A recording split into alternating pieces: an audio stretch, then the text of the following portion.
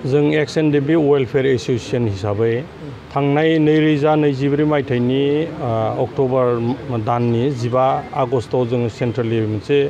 आफाद जों दाना लानो हादोंमोन आरो बेयाव मोनसे थांखि लानाय दंखायोमोन जोंहा मोनफ्रोमबो सिविल डिस्ट्रिक्टआव जिल्ला एडमिनिस्ट्रेटिभ डिस्ट्रिक्टआव जिल्ला XNDB हिसाबै जों दाना लानो हानायनि मोनसे रिजल्युसन जों पास खालामना लादोंमोन आरो बिदिनो क'क्राझार जिल्ला जों दानानै लानो हाबाय चिरां जिल्ला दानानै लानो हाबाय उदालगुरि जिल्ला दानानै लानो हाबाय लोगोसे सनितपुर जिल्लाखौबो दाबाय आरो दिनै तामुलपुर जिल्ला XNDB वेलफेयर एसोसिएशनखौ जोङो दिनै दानानै लानो हादों आरो बे आफादनि बारग' सोद्रोमा अन्जन बर' बिथांखौ आफादगिरि आरो लोगोसे गाहाय नेहाथारि हिसाबै बुदिराम बसुमतारी बिथांखौ गाहाय नेहाथारि हिसाबै जोङो माने दाना लानो हादों आरो बिथांमोननो बिबान गथायनो मोनदों आरो जों आसा खालामदों बिथांमोना गोलाव सम माने आफादनि जांख्रिथाय खालामनायाव आन्दलन खालामनायाव जुदि जरित जानानै बिथांमोना आफादखौ दैदेनबोदोंमोन आरो दिनै सुक्ति जाखांनायनि उनावहाय जोंहा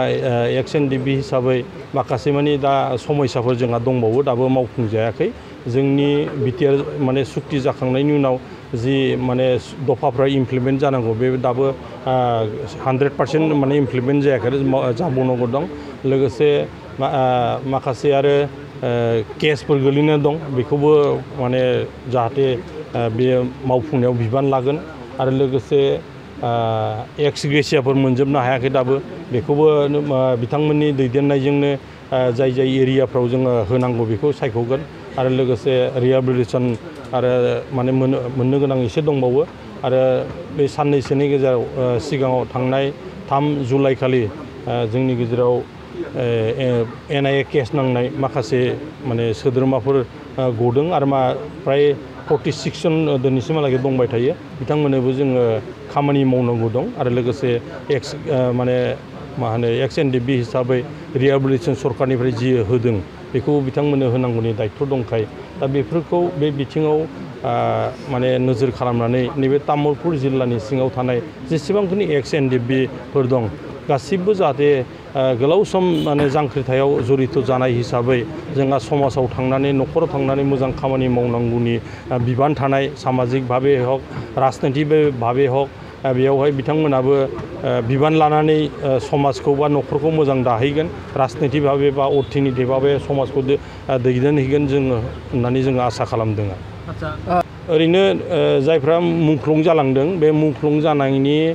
न'खरफोरनो एक्स ग्रेसिया हिसाबै नैबे बिटिआर सुक्तिनि दारैदि 5 लाख करि माने होनायनि बे माने मोनसे थांखि बा सरकारनिफ्राय बेबायदि दफायाव जोंनो दंखायो ओंखायनो बेवहाय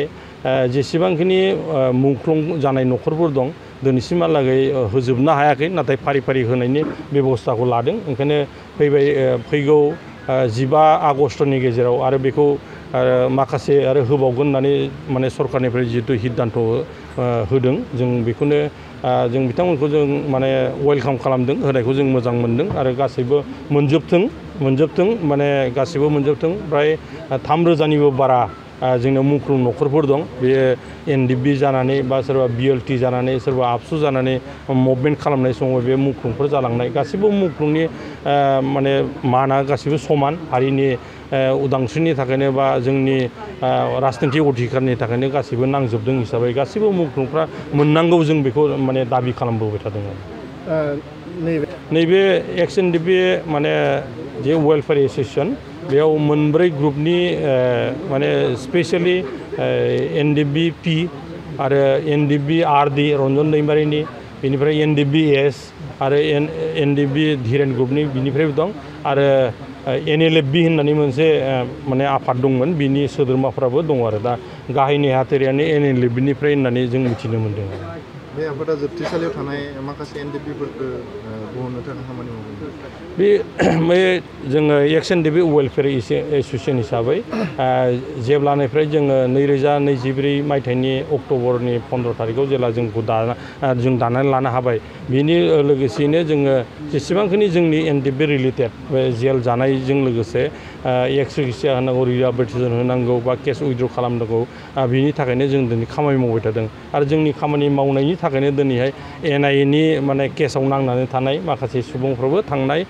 जुलाइ मासनि माने 3 अक्ट'आव माने बे माने रिलिज जानो हादों आरो जेलनिफ्राय गदों आरो जेब्लासिमहालागै गजोबा अब्लासिमहालागै जों एक्स एनडिपि वेलफेयार एस'सियेसना जों बिनि थाखाय जोङो माने कर्टआव माने जोङो लिगेल जोङो माने नांबाय थागोन जों एक्स एनडिपि वेलफेयार माने एस'सियेसन हिसाबैनो जा बा एक्स एनडिपि हिसाबैनो जायफोर सुबुंफ्रा दिनै माने इलेक्टेड बडि जानानै दंखायो दिनै मायाव सरकारावनो दं दिनै डिपुटि चिफ गबिन्द चन्द्र बसुमतारी बिथाङाबो जोंनि एक्स एनडिपिनिमोन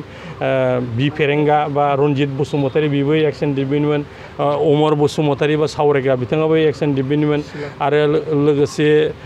सन्जय सरगियारि सानजारां जायखौ बुङो बिथाङाबो एक्स एनडिपिनिमोन ओंखायनो एक्स एनडिपिनिफ्राय जोङो जिहेतु बे माने सुक्तिया जोंनि दारानो जाबाय आरो दा जोंनि नांनायनिफ्रायनो बे बिटिआर सुक्तिया जादों ओंखायनो बेखौ फुल्लि जोङो इमप्लिमेन्ट खालामनानै रायजो राजानो जोङो सिबिनाय होनांगौ हिसाबै बा बे ओनसोलखौ जौगानाय बा रायजो राजाखौ दावगानायनि खामानि मावनाय हिसाबै एक्स एनडिपिनि जेसेबांखिनि दैदेनगिरि बा बिबानगिरिफोर दं बिथांमोना नैबे बिटिआर सरकारखौनो माने सापर्ट खालामनाय खामानि मावगोन आरो फैबाय थानाय दिनावबो जोङो एक्स एनडिपि वेलफेयार एस'सियेसन हिसाबै नैबे इउ पि पि एल सरकारजोंनो जों थानानै खामानि मावगोन आरो बिथांमोनखौ जों 100% देरहानायनि थाखाय जोङो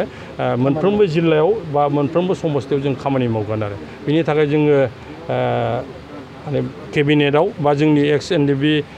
वेलफेयार एस'सियेसननि जे एजुकेटिभ बडि जों बेवहाय माने